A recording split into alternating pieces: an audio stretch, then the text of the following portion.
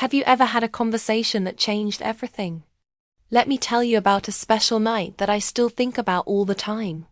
It happened at my small house near the ocean, where I can always hear the waves talking to the beach.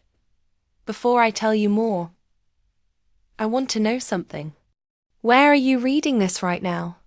Are you in a big city with bright lights everywhere? Or maybe a quiet town covered in clouds? Tell me in the comments.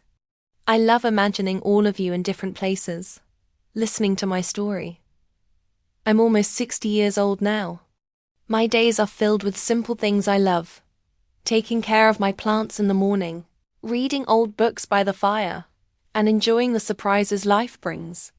My heart still gets excited about new things, even at my age. That special evening started like any other day. The sun was going down behind the hills, making the sky pink and purple. The colors came through my window curtains as I washed my dinner dishes. I had eaten bread with herbs and drank warm tea. Then I heard my garden gate open. It was my son, Liam. He had just finished working at the boat office near the water. His scarf was still around his neck, and his boots had bits of salt on them from being near the ocean. "Hey, Gran," he said. That's what he always calls me. Right away, I could tell something was different. His voice was quiet and careful, like he had been thinking about something important for a long time. I put down my teapot and looked at him. The room was glowing from a lamp on the table. The light showed tiny lines around his eyes that made him look worried. The air smelled like the ocean mixed with the dried flowers hanging by my window. He sat down in the chair across from me. He didn't take off his coat yet. His fingers tapped on the chair like he was nervous. We talked about small things first. His work, a new person who worked at the coffee shop, a sports game he watched. I listened and nodded, but I knew he wanted to say something more important. He kept looking at me, then looking away, just like when he was a little boy and had something hard to tell me. Finally, he leaned forward. His voice got quieter. "Gran," he said, "I've been thinking about something for a while. I wasn't sure when to talk about it, but sitting here with you feels right." His words hung in the air between us, and my heart beat faster. Not because I was scared, but because I felt special that he trusted me. I moved my chair closer to his. I put my hand flat on the old wooden table. The wood felt cool and rough, like it had been through many storms with us. "Liam," I said softly, "whatever you want to say, I'm right here. You can tell me anything." He looked up at me then. The lamplight made his brown eyes look golden. I could see feelings in his eyes that he was trying to hold back. "I need you to hear this," he said. "You've always helped me, even now when I'm grown up. You're the one person I can talk to without being afraid of what you'll think. Lately I've been worried about things at night. Your steady love has kept me from feeling lost." The room got very quiet. Outside the window, a seagull flew past making its crying sound. The ocean kept making its soft whooshing noise through the cracks in the old windows. This wasn't a big dramatic moment. It was quieter than that, but more important. My grown-up son was saying thank you and inviting me to understand his deepest feelings. I felt so many emotions at once. Proud that he was brave enough to talk, sad that he had worried alone, and happy that he saw me as more than just his mom. I reached across and held his hand. His skin was cold from the ocean air, but his grip was strong and steady. We stayed like that, holding hands. In that moment, all the years from when he was a little boy chasing crabs on the beach to now disappeared, and it felt like time stopped. After that, we talked for a long time. He told me about the things that worried him, dreams he had put away, questions that kept him awake at night, after everyone else was asleep. I just listened, giving him a safe place where his words could rest. I wanted him to know he didn't have to carry everything alone in that room. With the lamp humming and the ocean singing its forever song, we made a special place of honesty and love. Later, when I walked him back through the garden to the gate, fog had covered everything like a soft blanket. Tiny drops of water sat on the roses like little jewels. He hugged me for a long time. I could feel his heartbeat, steady like the ocean's rhythm. When the gate closed behind him, I stood there under the stars. What he told me stayed with me like the smell of the earth after rain, fresh and alive. I didn't know then how his honest words would change how I saw him, or how I saw myself in the mirror each morning. But something had shifted in the air. We had a new closeness, like a flower opening at night, and I felt the beginning of my own new journey. The next morning came quietly, wrapping my house like a warm shawl. I made my usual morning tea. Strong black tea with a little honey. But as the steam rose from the pot, it felt different, like even the tea remembered last night's talk. I sat at the same table where we had talked. I touched the patterns in the wood with my fingers, remembering his hand under mine. For so long, I had quietly watched over him like all mothers do. But I never dreamed he would come back to me so openly. The hours passed peacefully. I hung sheets outside to dry in the ocean breeze that smelled like seaweed and freedom. I drew little pictures in my notebook by the window. The seagulls called out like a song. I turned on the radio to hear folk music that touched my heart in places that had been quiet for a long time. Everything seemed brighter now, as if his openness had polished ordinary things to make them shine.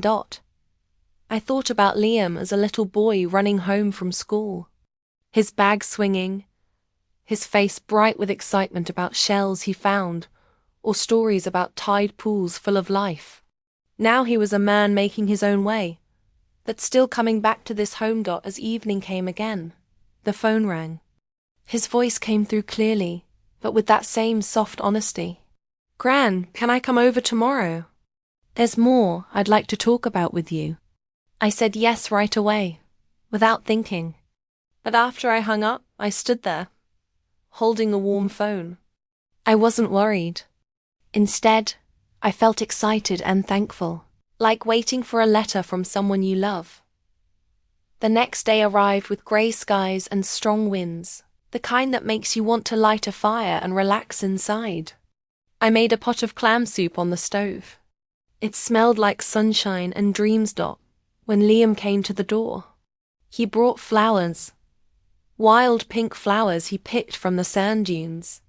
"I saw these on my walk over," he said with a shy smile, putting them in a blue vase on the window. This surprised me. He never brought flowers before, at least not for me. And it made me feel warm inside. We ate soup together in comfortable silence at first.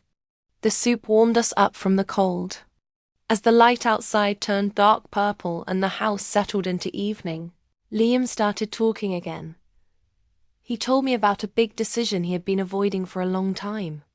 He wanted to quit his steady office job and start his own business, a small boat shop where he could build boats from old wood. It was something he had dreamed about and drawn pictures of since college. "I've been stuck with this idea," he said quietly. "I'm scared of failing, of letting people down, or worse, getting so lost that I forget what I really wanted." I leaned in. The lamp made shadows dance across his serious face.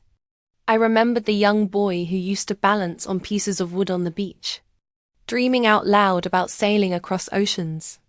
"Liam," I said, "do you remember those summer evenings when you spread out your maps on the porch, planning trips to made-up islands with just a stick and sand? This is like that, but bigger. The fear you feel? That's what pushes you toward the things that matter." He laughed a little, relaxing. "You always make it sound like poetry," he said, his eyes crinkling. "It makes me think maybe I'm not just chasing impossible dreams." I shook my head firmly. "Not impossible dreams, lighthouses. Being brave doesn't mean you're not scared. It means you keep going even when you are, knowing you can always come home." We stayed there long after the soup got cold, a candle between us making golden light on the tablecloth. Outside, the moon made the sand dunes glow silver in those conversations, I wasn't just helping him with his problems. I was remembering my own dreams, the dreamer I had forgotten about while living everyday life. I was learning that there are always new things to discover.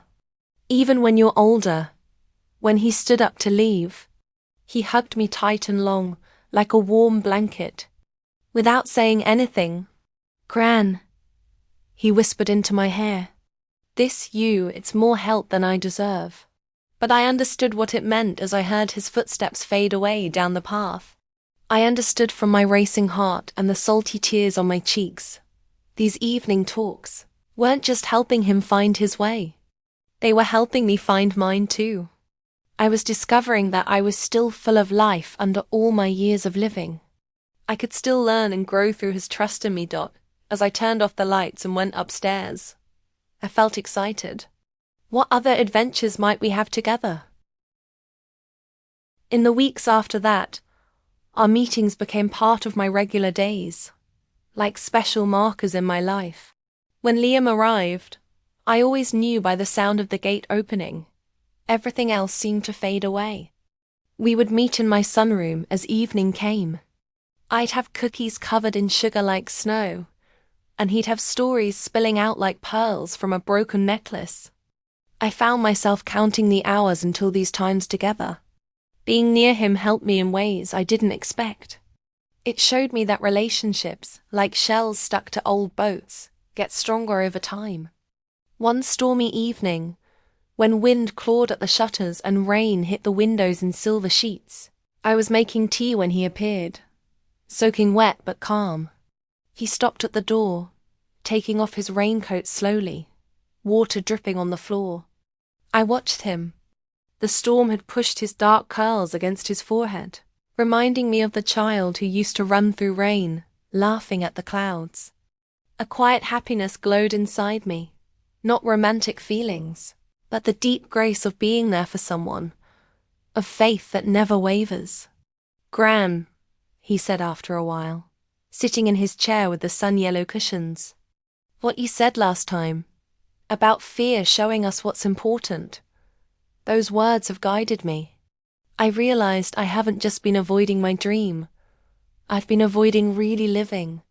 The exciting highs, the scary lows, and all the in-between moments where nothing is certain." I sat across from him, holding my mug, steam rising between us as I listened carefully. Understanding made my throat tight. "That's what makes life exciting," I said gently.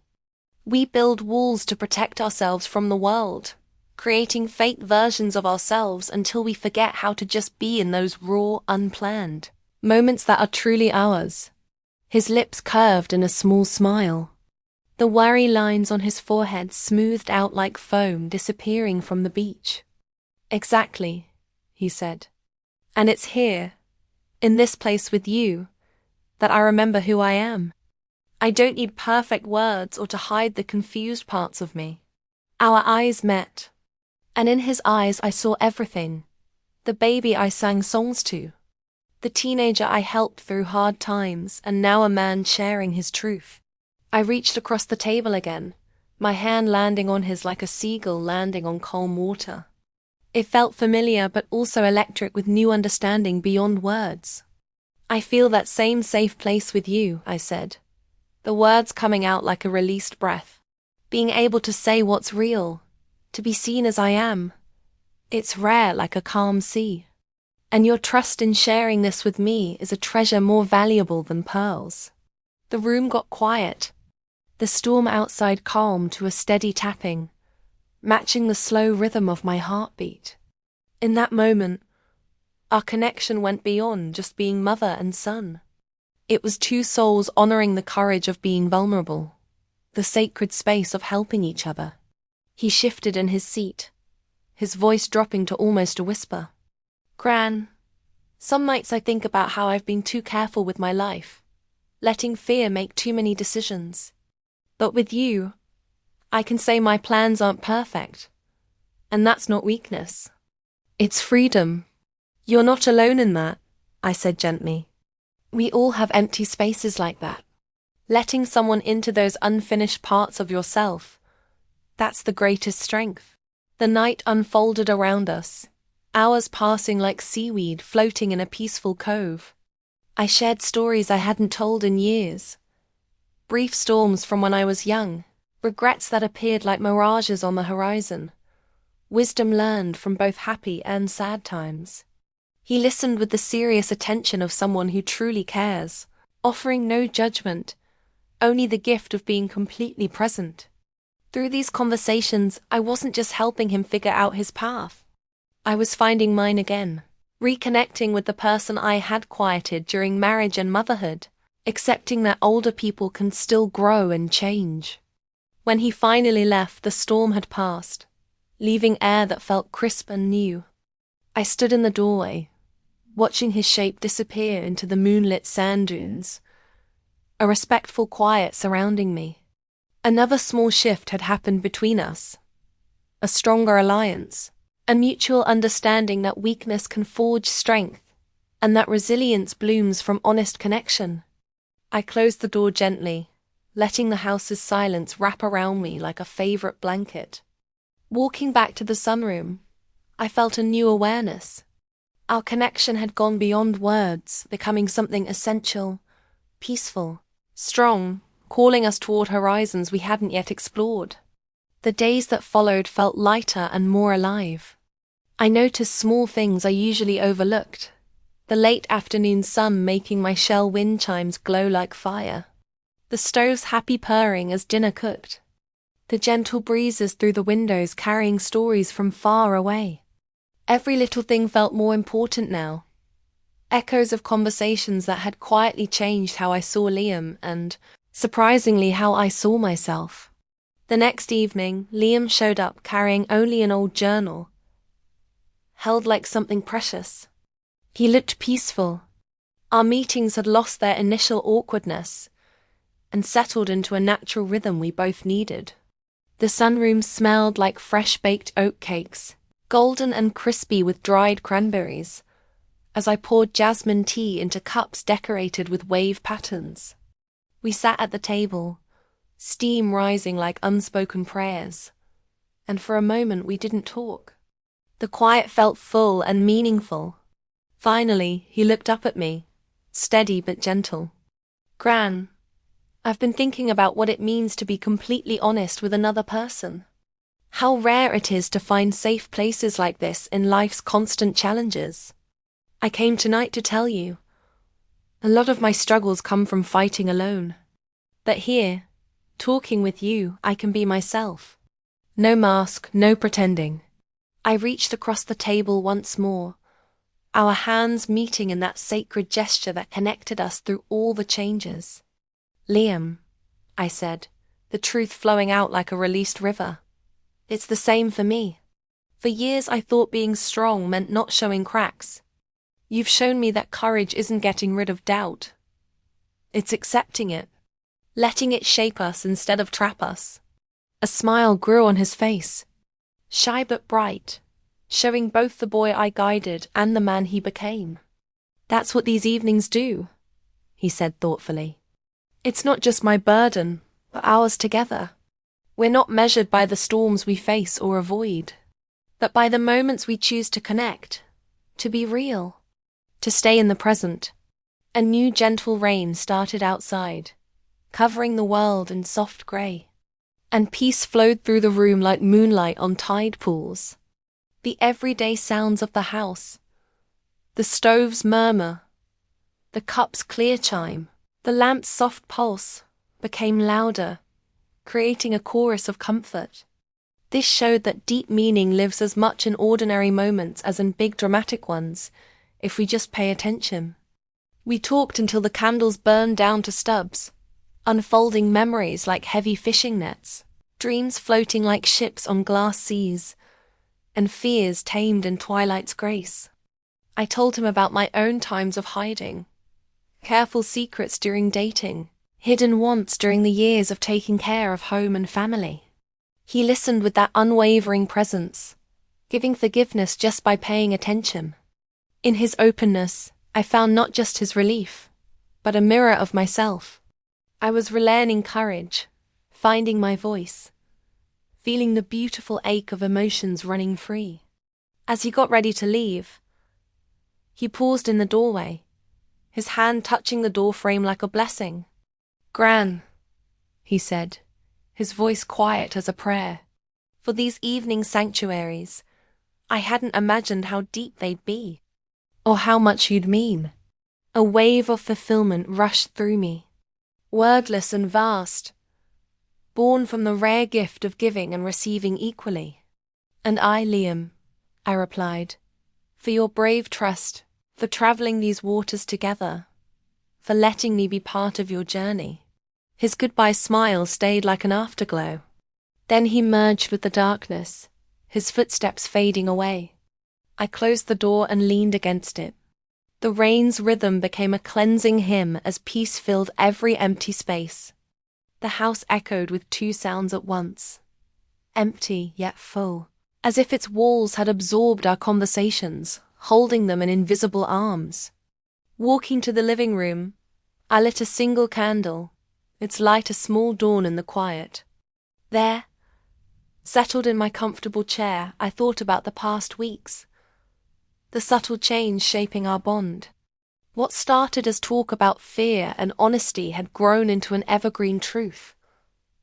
That emotional bonds, trust and bare souls remain precious gifts across any timeline. In that thoughtful cocoon, understanding dawned. The journey of growing up never ends. Change beckons forever, and often family members serve as the clearest mirrors showing our truest shapes.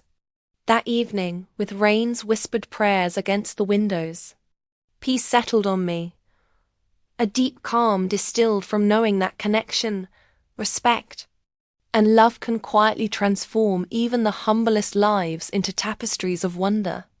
As sleep claimed me, cradled in the house's watchful quiet, I didn't dream of calmed storms but of endless horizons shared.